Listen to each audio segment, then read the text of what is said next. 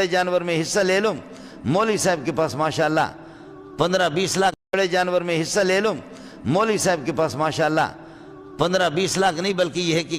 60-70 لاکھ اس کے پاس پیسے جمع ہو گئے،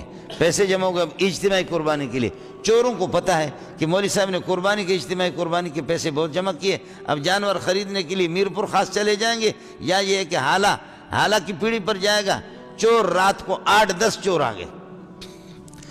آ گئے اور مولوی صاحب پیسہ گن رہا تھا، اگرچہ پیسے دوسروں کا ہے لیکن مولوی گنے تب بھی دل خوش ہوتا ہے نا، پیسہ تو پیسہ ہوتا ہے، پیسہ تو دوسروں کا اجتماعی قربانی۔ اب مولوی صاحب جا کر کے یہ کہ 70 لاکھ ہے 50 لاکھ ہے جتنا بھی ہے، لیکن پیسے کو دیکھنا بھی تو بڑی بات ہے، اس سے بھی دل خوش ہوتا ہے۔ تو مولوی صاحب رات کو 2 بجے کے ٹائم پہ وہاں پیسے گن رہا تھا،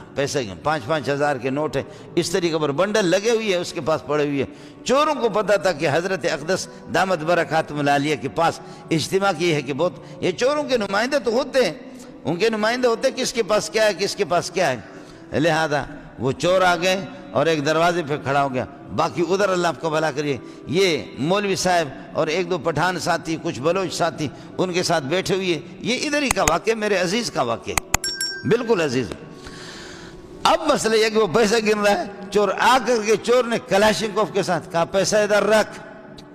کچھ چور باہر ہیں، اب یہ 3-4 بندے ہیں پیسے گن رہے ہیں، لوگ سوئے ہوئے، کچھ طلبہ ہے وہ سوئے ہوئے۔ اب لوگوں نے کہا کہ اذا زلزلت الارض زلزالہا، بابا مولوی صاحب ہم تو خالی پیسہ دے دو۔ مولوی صاحب باتوں میں مولوی صاحب نے کہا پیسہ نہیں دیتا، مولوی پیسہ کہاں دے گا؟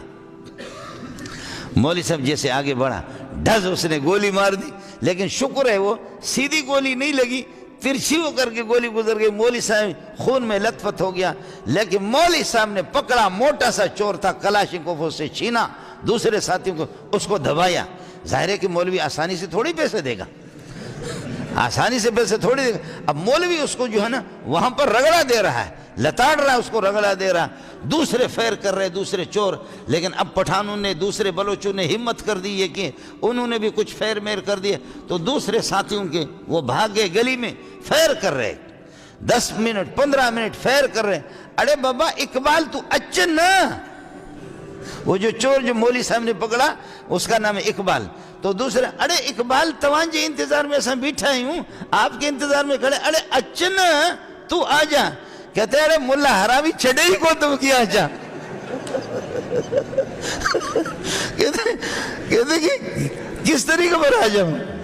ملا حرامی چھڑے ہی کون تو، ارے ملا چھڑے ہی کون تو کر رہے، ارے تو کچھ زور دہانے سے آسان توانجے انتظار میں، وہ باہر سے، اب طلبہ کے پاس کچھ بھی نہیں ہے، کچھ طلبہ اٹھے انہوں نے پتھراؤ شروع کر دیا، مولوی صاحب خون میں لت پت ہے، لیکن مولوی صاحب 70-80 لاکھ روپے دے گا کہاں؟ خون میں لت پت ہے، مولوی اگر پیسے پر شہید نہیں ہوگا تو کب شہید ہوگا؟